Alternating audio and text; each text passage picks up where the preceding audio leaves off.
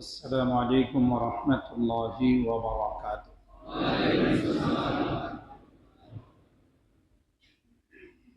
الحمد لله وكفى وسلام على عباده الذين اصطفى. أما بعد فقد قال الله تبارك وتعالى في كلامه المجيد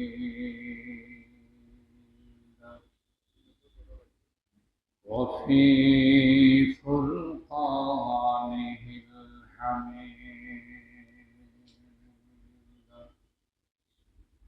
أعوذ بالله من الشيطان الرجيم. بسم الله الرحمن الرحيم. لقد كان لكم في رسول الله أسوة حسنة لمن كان يرجو الله واليوم الآخر وذكر الله كثيرا.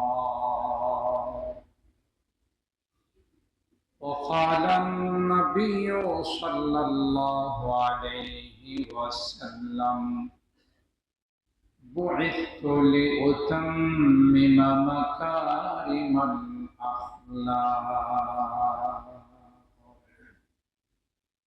أو كما قال عليه الصلاة والسلام. بارك الله لنا ولكم في القرآن العظيم، ونفعنا وإياكم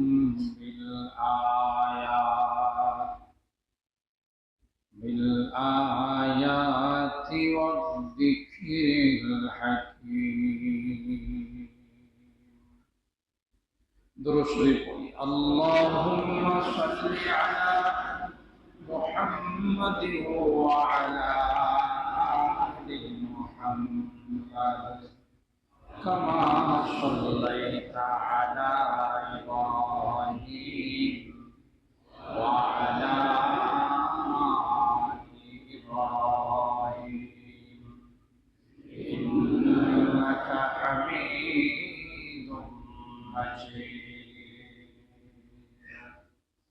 اللهم بارك على محمد وعلى كما باركت على إبراهيم وعلى آل إبراهيم إنك حميد مجيد. الحمد لله ثم الحمد لله। আল্লাহ পাকের দরবারে লাখো কোটি শুকরিয়া যে রব্বে কায়নাত পবিত্র সফর মাসের শেষ দিকে এসে সালাতুল জুমা আদায় করার জন্য আমাদেরকে সময় মতো আল্লাহ পাকের ঘরে আসার বসার তৌফিক দান করেছেন। এই জন্যে শুকরিয়া আদায় করে বলি আলহামদুলিল্লাহ। সম্মানিত সুধীর,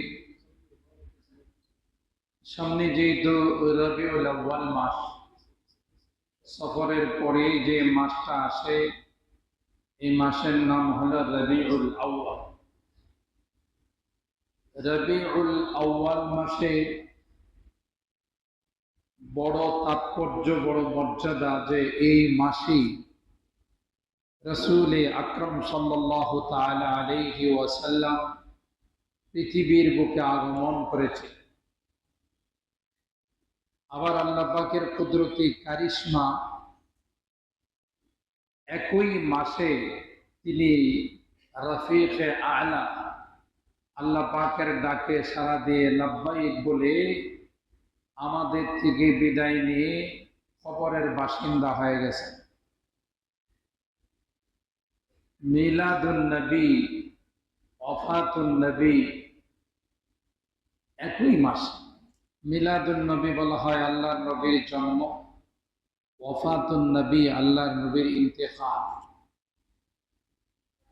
তবে ইতিহাসের কিতাব ঘাটলে, ইতিহাস তালাশ করলে দেখা যায় 12ই রবিউল আউয়াল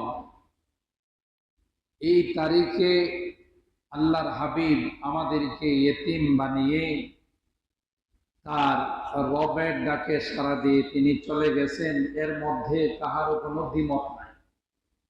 তারিখটা ছিল 12ই রবিউল আউয়াল। কিন্তু রবিউল আউয়াল মাসে পৃথিবীতে আসছেন, সেই দিনটা নিয়ে যথেষ্ট মতভেদ আছে। কারণ তখন তো ওইভাবে ইতিহাস লেখার কোনো ব্যবস্থা ছিল না।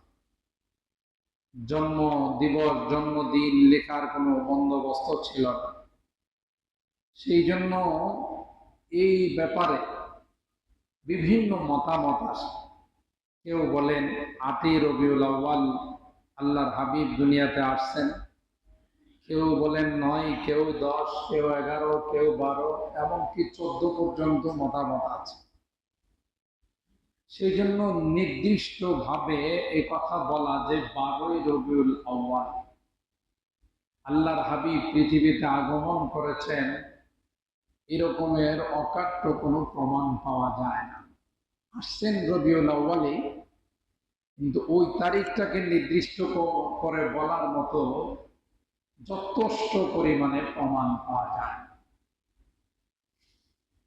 হুজুরে আকরাম সাল্লাল্লাহু তাআলা আলাইহি ওয়াসাল্লামের পৃথিবীর আগমন, এটা সেই সূচনা লগ্ন থেকেই, পৃথিবীর সৃষ্টি থেকে আল্লাহ তাআলা সবাইকে জানান দিয়েছেন।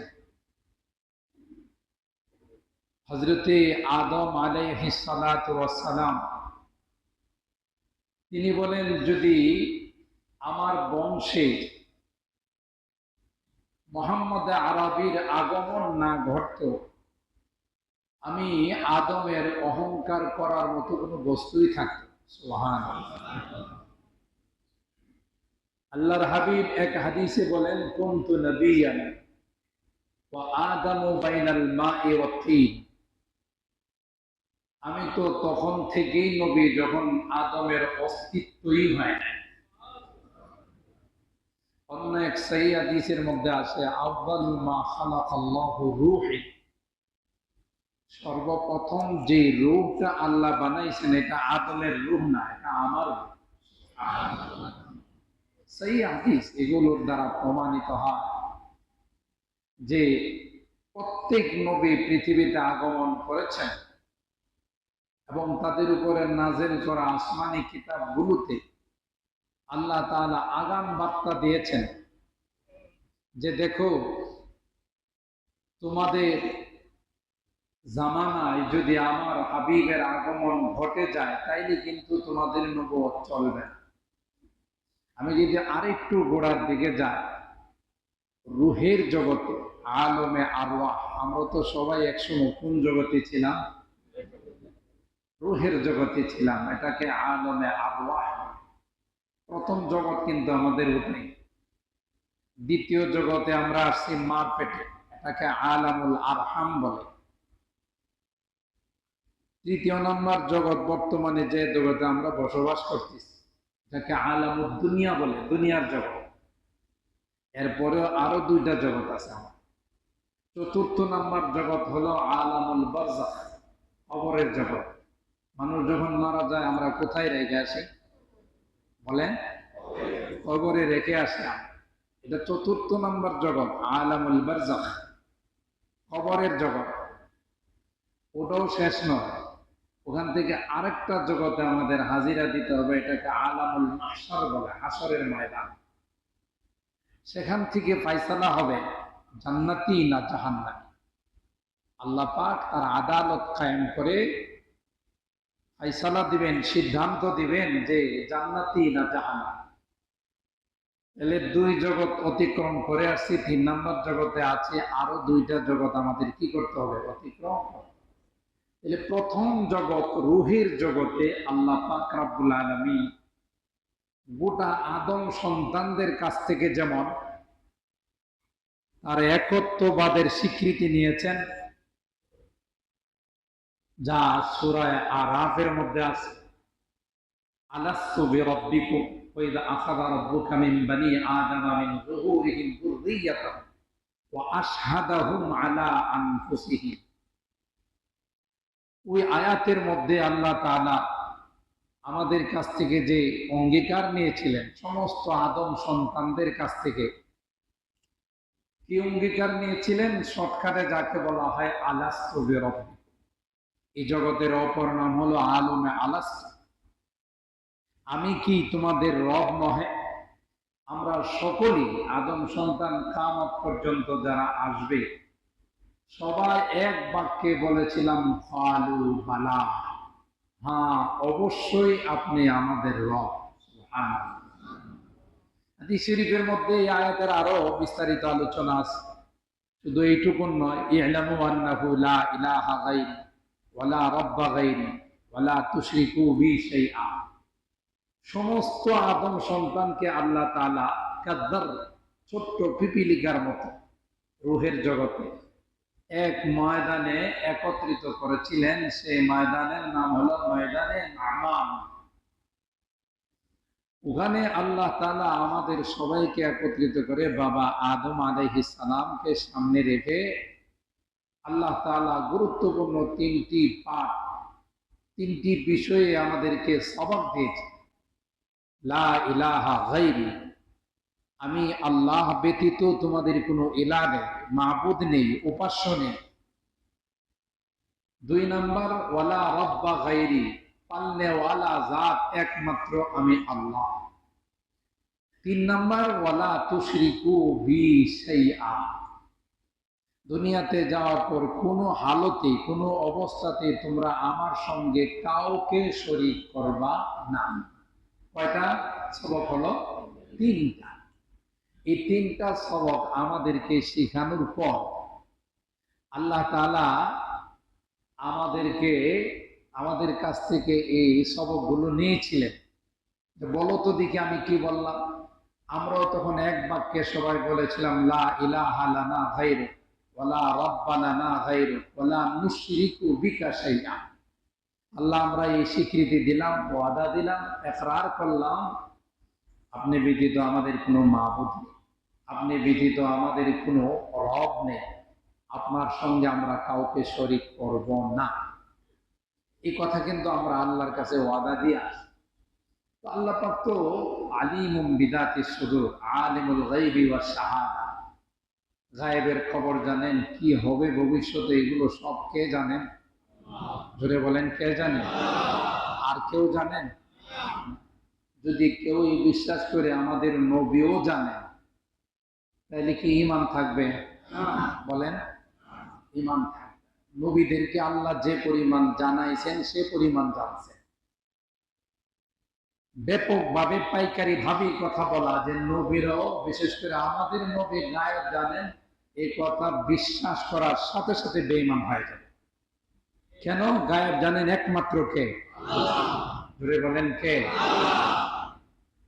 নবীর মর্যাদা দিতে গিয়ে যদি আল্লাহর সঙ্গে সমান করে ফেলে, তাহলে কি এটা মর্যাদা দেওয়া হলো না নবীকে অপমান করা হলো? তো যাই হোক, আল্লাহ পাক যেহেতু গায়েবের সবকিছু জানেন, ভবিষ্যতে কি হবে এই অঙ্গীকার তাদের মধ্যে থাকবে কিনা। আল্লাহ বলেন যে জানি আমি, দুনিয়াতে যাওয়ার পর তোমাদের এই কথাগুলো মনে থাকবে না, ভুলে যাবে। বলছো আমার সঙ্গে শরীক করবা না, মাজারে গিয়ে সেজদা মেরে দিবে। এটা আল্লাহ জানেন না জানেন না? পীরের পায়ে সেজদা দিয়ে তুমি মুশরিক হয়ে যাইবা, আল্লাহ জানেন কিনা? পীরের পায়ে সেজদা দিবা, মাজারে সেজদা দিবা, বিভিন্ন জায়গাতে সেজদা দিয়ে তুমি বেঈমান হয়ে যাবে। এটা আমি জানি। আমাকে রব পালনেওয়ালা জাত বলছো ঠিক, কিন্তু দুনিয়াতে গেলে বিশ্বাস থাকবে না। তুমি মনে করবে আমার ব্যবসা আমারে খাওয়াইতেছে, আমার চাকরি আমাকে খাওয়াইতেছে। আমি যে তোমার রব পালনেওয়ালা জাত, এই বিশ্বাস তোমার আর থাকবে না, এটা উঠে যাবে। অথচ তুমি যখন মার পেটে 6 মাস, 7 মাস, 8 মাস, 10 মাস যাই ছিল, তখন তোমার রিজিকের ব্যবস্থা কে করছিল? মার পেটে খাবার দিছেন কে? দুনিয়াতে আসার পর দুনিয়ার কোনো খাবার কি আমার মুখে দেওয়া যাইত? দুনিয়াতে আসার পর আমি যে কি খাবো, এটা আমি মার পেটে থাকবে আল্লাহ আমার মার বুকের মধ্যে ব্যবস্থা করে দিছে, ঠিক না? দুধের ব্যবস্থা কে করছেন? এরপরে দুধ তো সবসময় সারা জীবন চলবে না, একটা সময় মার দুধ বন্ধ হয়ে যাবে। এরপরে আমার কি খাবার দরকার, এটা আল্লাহ জানেন না জানেন? জমিনের মধ্যে আল্লাহ তাআলা মোটা চাউলের পাশাপাশি কিছু চিকন চাউলেরও ব্যবস্থা করছে। পোলাওর চাউলের ব্যবস্থা জমিনে হয় না? যে চিকন চাউল, পোলাওর চাউল, এগুলোর ব্যবস্থা কে করছেন? আল্লাহ বলেন তুমি দুধ ছাড়ার পর তোমার কিছু নরম খাবার লাগবে, যে খাবারগুলো সহজে তোমার ভিতরে চলে যাবে, সহজে হজম হয়ে যাবে। মোটা চাউল যদি তুমি খাইতে চাও, চাউলের থেকে তোমার গলার ছিদ্র ছোট যাবেই না। এই জন্য আমি আল্লাহ জমিনের মধ্যে তোমার জন্য চিকন চাউলের ব্যবস্থা করছি, এই জন্য নরম খিচুড়ি খাইতে পারো। সুবহানাল্লাহ। কে করছেন? তখন কি আমার দোকান ছিল? তখন কি আমার ব্যবসা ছিল? চাকুরি ছিল? আল্লাহ বলেন বুঝে গেল রব একমাত্র কে? আমি ব্যতীত তোমার কোনো রব নেই, পালনেওয়ালা জাত নেই। এই কথাগুলো তোমরা গিয়ে শিরিক করে ফেলবে, একটা পর্যায়ে তোমার মধ্যে মারিফত চলে আসবে। তুমি মারিফতের দাবিদার হয়ে নামাজ নাই, রোজা নাই, পাক পবিত্রতা নাই, কিছু নাই, পর্দা নাই, হালাল নাই, হারাম নাই। তুমি বলবে যে আমি মারিফতের লাইনের সম্রাট। আর এখন মারিফত বলতে বোঝায় যাদের কাছে নামাজ নাই, রোজা নাই, শরীয়তের বিধিবিধান নাই, এরা নিজেদেরকে মারিফত বলে। মারিফতের ভাষায় নাকি নামাজ লাগে না, রোজা লাগে না, কিচ্ছু লাগে না। আমরা আমাদের ওলামায়ে কেরাম বলেন যে এটা আসলে মারিফত না, এটা হলো আসল মরার পথ। মরার পথ মানে জীবনে ধ্বংস হওয়ার পথ, ঠিক কিনা বলেন? নবীর চেয়ে বড় পৃথিবীতে কেউ আছে? নবীরও তো নামাজ মাফ হয় নাই, হয়েছে? আল্লাহ নবীকে ডাক দিয়ে বলেন সূরা আল হিজরের শেষ আয়াত, ওয়া'বুদ রাব্বাকা হাত্তা ইয়াতিয়াকাল ইয়াকিন। হে নবী, আপনার রবের আপনি ইবাদত করুন যতক্ষণ না পর্যন্ত মৃত্যু না আসবে। সুবহানাল্লাহ। তাহলে নবীকে কি আল্লাহ নামাজ থেকে ছুটি দিছেন?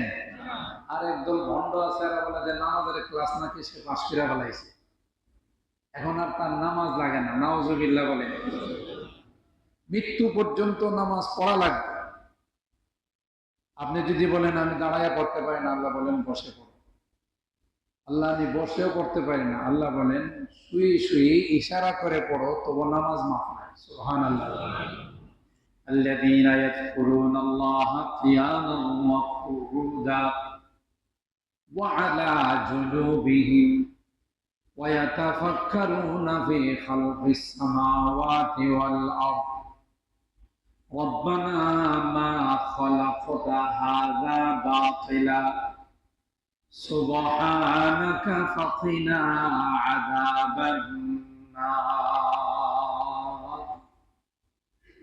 আল্লাহ বলেন বান্দা দাঁড়াইতে পারো না, তাইলে বসে নামাজ পড়ো। ইয়াযকুরুনাল্লাহা কিয়ামা। উলুল আলবাব কারা? বুদ্ধিমান কারা? আল্লাহর কাছে কাদের পরিচয়, কাদের কাছে আল্লাহর পরিচয় আছে? আল্লাহ তাদের সংজ্ঞা বয়ান করেন, ডেফিনেশন বয়ান করেন। ইয়াযকুরুনাল্লাহা কিয়ামা, দাঁড়ায়া আল্লাহর ইবাদত করে, নামাজ পড়ে। ওয়া কুউদা, কিয়ামা ওয়া কুউদা, তা পারে না তো বসে নামাজ পড়ে, তাও পারে না তো শুয়ে ইশারা করে নামাজ পড়ে। যতক্ষণ পর্যন্ত হুশ বাকি আছে ততক্ষণ পর্যন্ত নামাজ মাপ নাই, ঠিক কিনা? তাহলে যে ভণ্ডরা নামাজ পড়ে না, হালাল হারামের ধার ধারে না, শরীয়তের বিধান মানে না, তারা কি আসলে পীর না শয়তান? এদেরকে যারা মানে, এদের কাছে গিয়ে যারা সেজদা দেয়, এদের ঈমান আছে না গেছে? মোহতারাম হাজিরিন, আল্লাহ পাক রব্বুল আলামিন এই অঙ্গীকারগুলো আমাদের কাছ থেকে নেওয়ার পর আল্লাহ তাআলা বলেন যে আমি জানি দুনিয়াতে গেলে তোমরা ধোঁকায় পড়ে যাবে। অঙ্গীকারগুলো মনে রাখার জন্য আমি যুগে যুগে নবী রাসূলদেরকে প্রেরণ করব, সুবহানাল্লাহ। আবার তাদের উপর আসমানি কিতাব নাযিল করব। আর তোমরা যে এখানে এই অঙ্গীকারগুলো আমার সামনে পেশ করছো, এই অঙ্গীকারের উপর আমি সাক্ষী রাখলাম তোমাদের বাবা আদমকে, সুবহানাল্লাহ, 7 আসমানকে, 7 জমিনকে। তোমরা যেন কিয়ামতের ময়দানে কথা বলতে না পারো, আন তাকুলু ইয়াউমাল কিয়ামাতি ইন্না কুন্না আন হাযা গাফিলিন। মনে নাই এ কথা যেন বলতে না, মনে রাখার সিস্টেম আমি করে দিই। আও তাকুলু ইন্নামা আশরাকা আবাউনা মিন ক্বাবল ওয়া কুন্না যুররিয়াতাম মিন বা'দিহি আফাতুহলিকুনা বিমা ফাআলাল মুবতিলুন। এই কথাও যেন বলতে না পারো, বাপ দাদারা নামাজ পড়ে নাই, আমিও পড়ি, আমার বাবা নামাজ পড়তো না, দাদা নামাজ পড়তো না, ইসলামের বিধিবিধান গুলো মানত না, আমিও মানি না। বাপ দাদা ছিল হিন্দু, আমিও হিন্দু, বাপ দাদা ছিল বৌদ্ধ, আমিও বৌদ্ধ। এই জাতীয় স্লোগান দিয়ে, এই জাতীয় ওজোর আপত্তি করে পার পাওয়া আল্লাহ কিন্তু আগে জানাই দিছে। যুগে যুগে নবী রাসূলদেরকে প্রেরণ করব, আসমানে কিতাব নাযিল করব, তোমাদের এই সবকটা ইয়াদ করে দাও। তারপরে কি এই সবক মনে আছে বা এই সবকের উপরে আছে মানুষের সংখ্যা কম না বেশি? বলে না?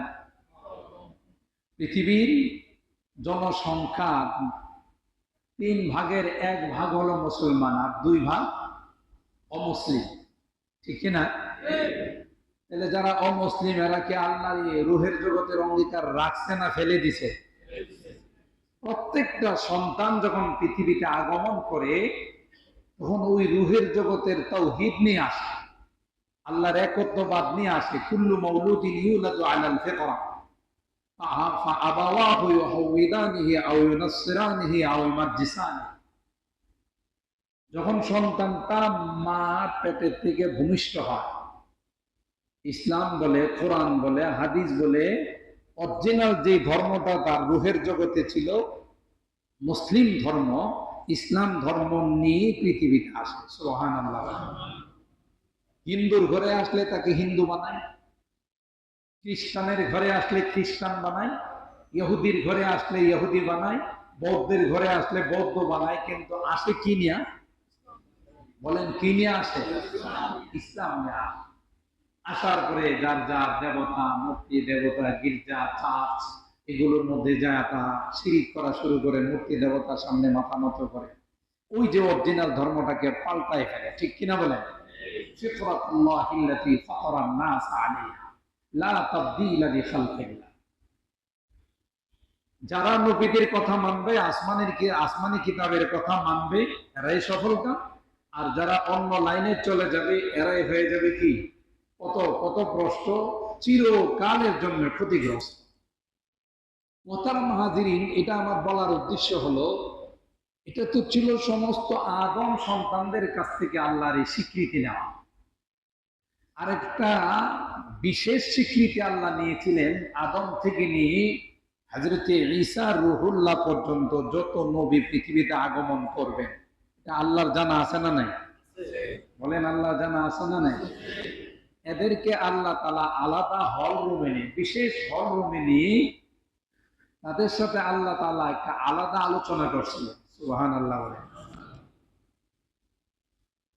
এটার কথা আছে সূরা আলে ইমরানে, ওয়াইদা আখাযাল্লাহু মিসাকা বানি আদম ওয়াইদা আখাযাল্লাহু মিসাকান নাবিয়্যিনা লামা আতাইতুকুম মিন কিতাবি ওয়া হিকমা। এই আয়াতের মধ্যে সমস্ত নবীদেরকে একত্রিত করে আল্লাহ তাআলা বলছিলেন, লামা আতাইতুকুম মিন কিতাবি ওয়া হিকমা, হযরতে আদম থেকে নিয়ে ঈসা রূহুল্লাহ পর্যন্ত আল্লাহ তাআলা তাদেরকে একত্রিত করে বলেছিলেন, তোমাদেরকে আমি নবী বানায়া পাঠাবো। সুবহানাল্লাহ।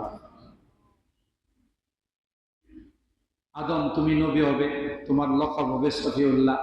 মুসা তুমি নবী হবে, তোমার লকব হবে কালিমুল্লাহ। ইব্রাহিম তুমি নবী হবে, তোমার লকব হবে খলিলুল্লাহ।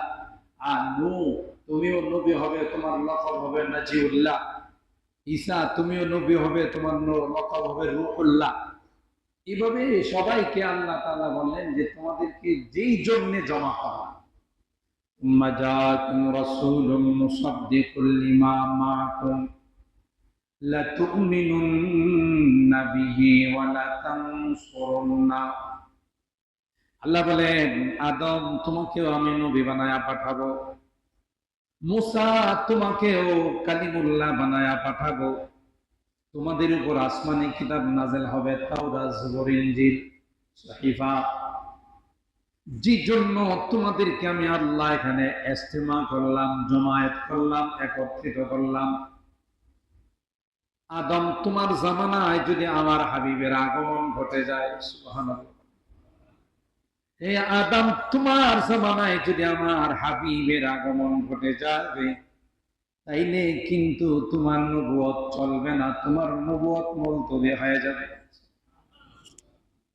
সূর্য যখন উঠে যায় তখন ইলেকট্রিক লাইট কি কোনো কাজে আসে?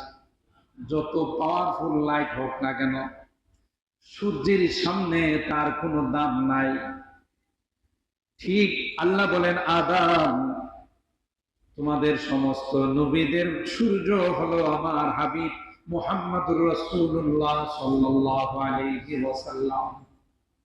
আদম তোমার রূহকে যখন বানায় না, এর আগে কিন্তু আমার হাবিবের রূহ বানায় ফেলাইছে। হে আদম, যখন চলে আসবে তোমার নবুয়ত চলবে না।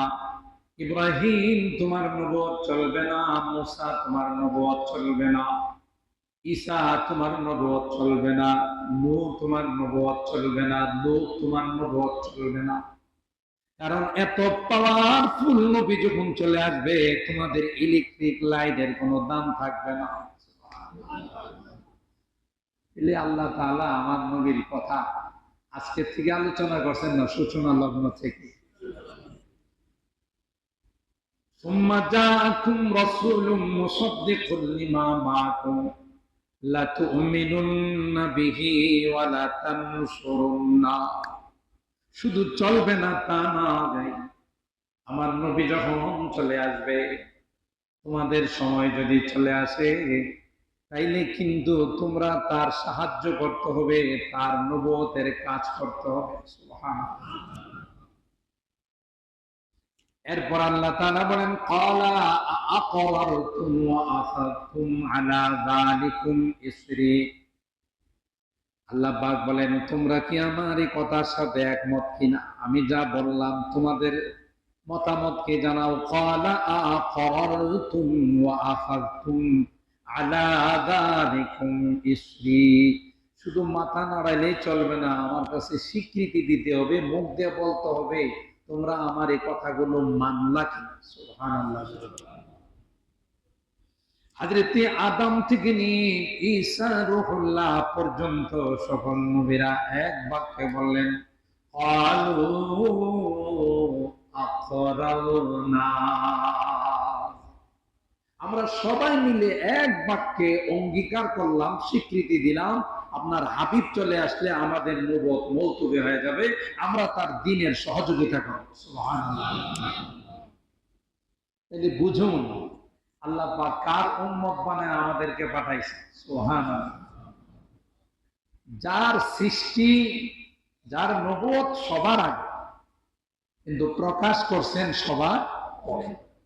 স্বাভাবিক দুনিয়ার নিয়মও এটাই। যিনি চিফ গেস্ট হন, প্রধান অতিথি হন, প্রধান মেহমান হন, তার বক্তব্য কিন্তু শেষ সময়ে দেওয়া হয়, সবার লাস্টে, তাই না? সবার লাস্টে তার বক্তব্য আসে, এর আগে অন্যরা বক্তব্য দেন। আর প্রধান অতিথি যিনি, প্রধান মেহমান যিনি, তার বক্তব্যটা হয় সবার শেষে। এই কুল কায়নাত সাজানোর প্রধান টার্গেট হলেন আল্লাহর হাবিব সরকারে দো আদম হযরত মুহাম্মদুর রাসূলুল্লাহ সাল্লাল্লাহু তাআলা আলাইহি ওয়াসাল্লাম। এই জন্য আল্লাহ তাআলা সমস্ত নবীদেরকে জানাই দিলেন, চলে আসলে কিন্তু তোমাদের লাইট অফ হয়ে যাবে। সুবহানাল্লাহ।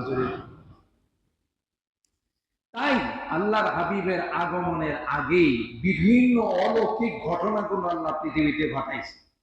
আপনারা ইতিহাসের পাতা খুলে দেখুন, পাতা উল্টেই দেখুন যে আল্লাহর নবী এখনো পৃথিবীতে আসেন নাই। মা আমেনার ঘরে, মা আমেনার গর্ভে তাঁতি পারস্যের সে অগ্নিকুণ্ড যা হাজার হাজার বছর যাবৎ যা জ্বলতেছিল অফ হয়ে গেছে। বাদশা কেসরার রাজপ্রসাদ থেকে, বালাখানার থেকে তার দামি দামি মার্বেল পাথরগুলো অটোমেটিকলি খসে খসে পড়ে যাচ্ছে। সুবহানাল্লাহ। কি এগুলো হচ্ছে? কি কি হচ্ছে? গোটা পৃথিবীর মানুষ অবাক। কিছু হচ্ছে না, পৃথিবী যার জন্য বানাইছেন তিনি আসতেছেন। সুবহানাল্লাহ। পৃথিবী যার জন্য বানানো হয়েছে তিনি আসতেছেন। নিঃসন্দেহে আল্লাহর হাবিবের পৃথিবীতে আগমন করাটা রাহমাতুল লিল আলামিন, গোটা বিশ্বের জন্য, শুধু মানব আর দানবের জন্য নয়, গোটা বিশ্বের জন্য এটা ছিল রহমত স্বরূপ। সুবহানাল্লাহ। সূরা আদ-দুখান আয়াত নাম্বার 37, ওখানে একটি আয়াতের মধ্যে আল্লাহ তাআলা বলেন, আহুম খায়রুন আম কওমু তুব্বা والذين من قبلهم أهلكناهم إنهم كانوا مجرمين। আল্লাহ তাআলা কুরাইশদেরকে লক্ষ্য করে বলতেছেন, আহুম খায়র আম কওমু তুব্বা, কুরাইশবাসীরা উত্তম না তুব্বার বংশধর উত্তম? আল্লামা কুরতুবী রাহমাতুল্লাহি আলাইহি তাফসীরে কুরতুবীর মধ্যে এই আয়াতের তাফসীর এবং ব্যাখ্যা বিশ্লেষণ করতে গিয়ে যে তুব্বার জাতি কারা, ইয়ামানের বাদশা যারা হতো তাদেরকে তুব্বা আল হিময়ারি বলা হতো। তো তার নাম ছিল আসাদ কোরাই। তিনি ছিলেন একজন অগ্নি পূজক। অনেক লম্বা হিস্টোরি, জমার সময় এগুলো বলার সময় নাই, খুব হুট করে যাচ্ছে আপনাদের বোঝার। তার দরবারে আসমানি কিতাবওয়ালারাও বসবাস করত, আবার অগ্নি পূজকরাও থাকত। তিনি একদিন বললেন যে আসলে কোন গ্রুপটা সঠিক, যারা অগ্নি পূজা করে এরা, না আসমানি কিতাবের অনুসারী যারা তারা। আমি একটু পরীক্ষা করব। এই পরীক্ষা করার জন্য তুব্বা আল হিময়ারি দুইটা গ্রুপকে নিয়ে তিনি ভ্রমণে বের হলেন।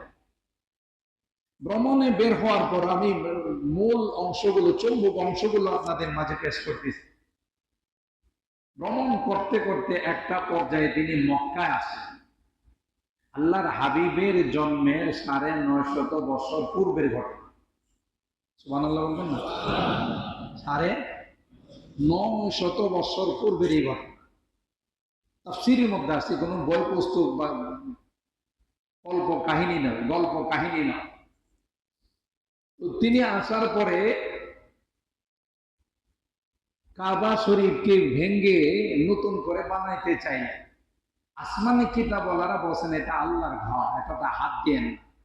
অতীতে যারা হাত দিছে তারা ধ্বংস হয়ে গেছে, আপনি হাত দিয়েন না। এই জন্য তাফসীরি কিতাবের মধ্যে আসে, আউয়ালু মান কাসাল বাইতা, সর্বপ্রথম খানায় কাবাতে যিনি গিলাপ লাগাইছিলেন তিনি ছিলেন ইয়ামানের বাদশা তুব্বা আল হিময়ারি। তিনি তখন তাদের কথা শুনে বিশ্বাস করে বললেন, তাইলে আমি খানায় কাবাকে ভাঙবো না, বরং এটাকে আরো সম্মান করে দামিয়ে চাদর পরাই দিয়ে গেছে।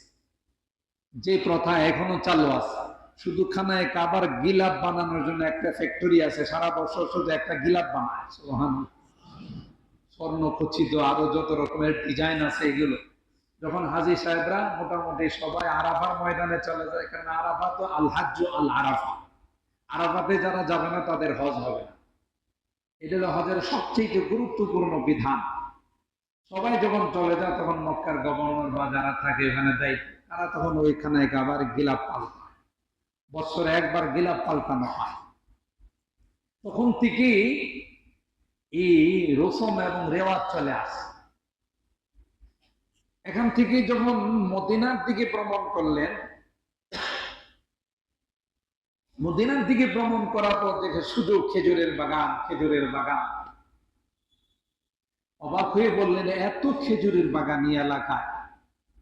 আসমানি কিতাবওয়ালাদেরকে, ওই অগ্নি পূজক যারা, তাদেরকে জিজ্ঞাসা করছে, এরা কিছুই বলতে পারে না, ওরা জানি কি, এরা তো আগুন পূজা করতেই যায়। আসমানি কিতাবওয়ালারা কয়, স্যার হাদা মুহাজারু নবিয়্যিন ইসমুহু আহমদ। এটা এই এলাকা, যে এলাকাতে মক্কাতে জন্ম নেওয়া নবী হিজরত করে এই এলাকায় তিনি আসেন। এটা আমাদের আসমানি কিতাবে বর্ণনা আছে। আল্লাহর হাবিব কোথায় জন্ম নেবেন, কতদিন থাকবেন, কোথায় হিজরত করবেন, কিভাবে কতগুলো যুদ্ধ হবে, সবগুলো আগের আসমানি কিতাবে আল্লাহ বিস্তারিত বর্ণনা করেন। সুবহানাল্লাহ। হাদা মুহাজারু নবিয়্যিন ইসমুহু আহমদ। এটা হলো ওই নবীর হিজরতের জায়গা মদিনা, যাকে ইয়াসরিব বলা হতো, পূর্ব নাম ছিল ইয়াসরিব। তিনি এখানে হিজরত করে আসবেন, তাই আল্লাহ তাআলা খেজুর বাগান দিয়ে এটা সাজায় রাখছেন। সুবহানাল্লাহ। বাদশা অবাক হয়ে বলতেছেন, তিনি কি কবে আসবেন? কবে আসবেন এখন জানা নেই, তবে তিনি আসবেন, আমাদের প্রত্যেকটা আসমানি কিতাবে তার সুসংবাদ দেওয়া আছে। সুবহানাল্লাহ। দেখেন, দেশের কোনো গুরুত্বপূর্ণ ব্যক্তি, প্রাইম মিনিস্টার, প্রেসিডেন্ট যদি কোথাও যায়, কি ওই এলাকাতে শুধু প্যান্ডেল হয় না, গোটা রাস্তায় তরুণ থাকে, গোটা রাস্তায় তার সম্বর্ধনা জানানো থাকে, সব জায়গায় জায়গায় যে আসতেছেন, গোটা রাস্তায় তার জন্য ওয়েলকাম, স্বাগতম ইত্যাদি, শুভেচ্ছা, স্বাগতম, এগুলো লেখা থাকে। তো যিনি পৃথিবীর টার্গেট, তিনি আসবেন, আল্লাহ তাআলা পৃথিবীর মানুষকে জানান দিবেন না, তা হতে পারে না। সমস্ত আসমানি কিতাবে এই বিষয়ে বিস্তারিত আলোচনা আল্লাহ তাআলা করেছেন। বাদশা তখন অবাক হয়ে গেলেন, যে নবী আসে নাই, আসবে, তার এই কথাগুলো বিস্তারিত ভাবে সমস্ত আসমানি কিতাবে বর্ণিত আছে, তিনি কোন সাধারণ নবী নন। সুবহানাল্লাহ।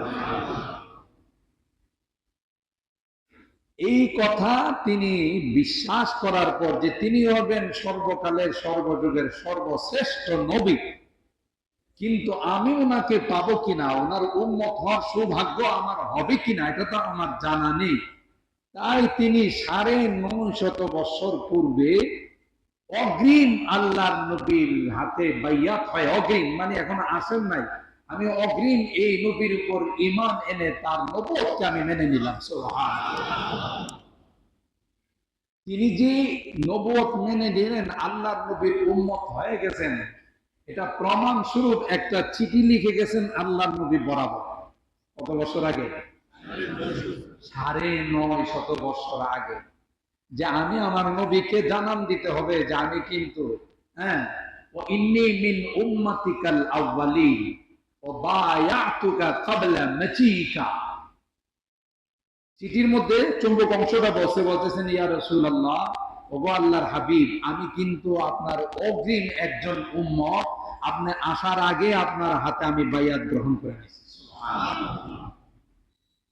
আর যদি আমার হায়াত আল্লাহ বাড়াই দেন, এতদিন পর্যন্ত যদি আমি বেঁচে থাকি, তাহলে অঙ্গীকার করলাম লাকুনতু ওয়াজিরান লাহু ওয়া ইবনু আম্মি, ইসলাম প্রচার করতে গিয়ে যত রকমের সহযোগিতা দরকার হয় আপনি আমার কাছ থেকে পাবেন।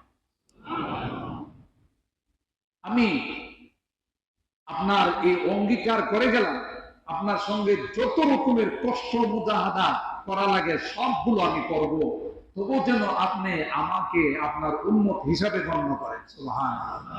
লাস্ট কথা লেখছেন, ওয়ালা তানসানি ইয়াউমাল কিয়ামা, আপনি কিন্তু কিয়ামতের ময়দানে আমাকে ভুলে যায় না, আমি কিন্তু আপনার উম্মতের দাবিদার হয়ে কিয়ামতের ময়দানে উঠব। আর এই চিঠিটা লিখে দিয়ে গেলাম, লম্বা চিঠি, জমার দিন এত বিস্তারিত আলোচনা করে, যেন চৌম্বক অংশগুলো বললাম। চিঠিটা লিখে তিনি তখনকার মদিনাতে যারা বসবাস করতে একজনের হাতে দিয়ে গেছে। ওই খালিদ সাইফুল্লাহ একজন ছিল ওই আগের, এই খালিদ সাইফুল্লাহ পরবর্তীতে আল্লাহ নবী সাহাবী, উনি নয়, আনসারী গোত্রের একজন ছিলেন। তার কাছে দিছে আর বলছে, ভাই আপনি চলে গেলে আপনার পরবর্তী প্রজন্ম যারা আছে তাদের কাছে দিয়ে। এই হতে হতে আল্লাহর নবী যখন আগমন করছেন, আল্লাহর নবীর হাতে সে চিঠি পৌঁছে গেছে।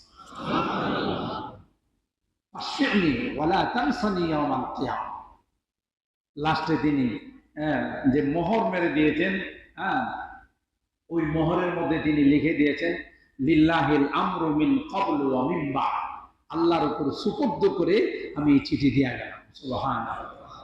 আমি বলার উদ্দেশ্য ঘটনা নয়, এবার একটু চিন্তা করেন কে ছিলেন তিনি, কেমন মানব ছিলেন, যিনি না আসলে পৃথিবীর কোন নবীদের আগমন করা সম্ভব ছিল না। পৃথিবী আল্লাহ সাজাইতেন, সমস্ত নবীরা আল্লাহর বন্ধু হওয়ার জন্য, আল্লাহর কাছাকাছি যাওয়ার জন্য দরখাস্ত দিছেন, আর স্বয়ং আল্লাহ তার হাবিবকে বললেন, আমি আপনাকে বন্ধু বানানোর জন্য আমার পক্ষ থেকে দরখাস্ত দিলাম। এটা বলে হাবিবুল্লাহ, আদম সফিউল্লাহ, ইব্রাহিম খলিলুল্লাহ, মুসা কালিমুল্লাহ। আল্লাহ নবী বলেন, আমার পরিচয় জানো, আনা হাবিবুল্লাহ ওয়া লা ফাখর, আমি আল্লাহর হাবিব, আল্লাহ আমাকে প্রস্তাব দিয়েছেন আমাকে বন্ধু বানানোর জন্য। সুবহানাল্লাহ। মুহতারাম হাজির, বিশাল বড় অধ্যায় সূচনা করলাম। ইনশাআল্লাহ আমরা গোটা মাসটাই এই সিরাত সম্পর্কে, আল্লাহ নবীর জীবনী, সিরাত, আমাদের করণীয়, এগুলোর উপরে ইনশাআল্লাহ আমরা আলোচনা শুনব। কি হবে? আল্লাহ নবীর সুন্নাত, আল্লাহ নবীর সিরাত আমাদের জীবনে যেন আমরা বাস্তবায়ন করতে পারি, সেই পথে যেন চলে আমরা কামিয়াব হতে পারি, সেই জন্য আমাদের এগুলো শুনতে হবে, তার উপর আমাদের আমল করতে হবে। আল্লাহ পাক রব্বুল আলামিন আমাদের সকলকে তৌফিক দান করুন। আমিন। ওয়া আখিরু দাওয়ানা আলহামদুলিল্লাহি রাব্বিল আলামিন।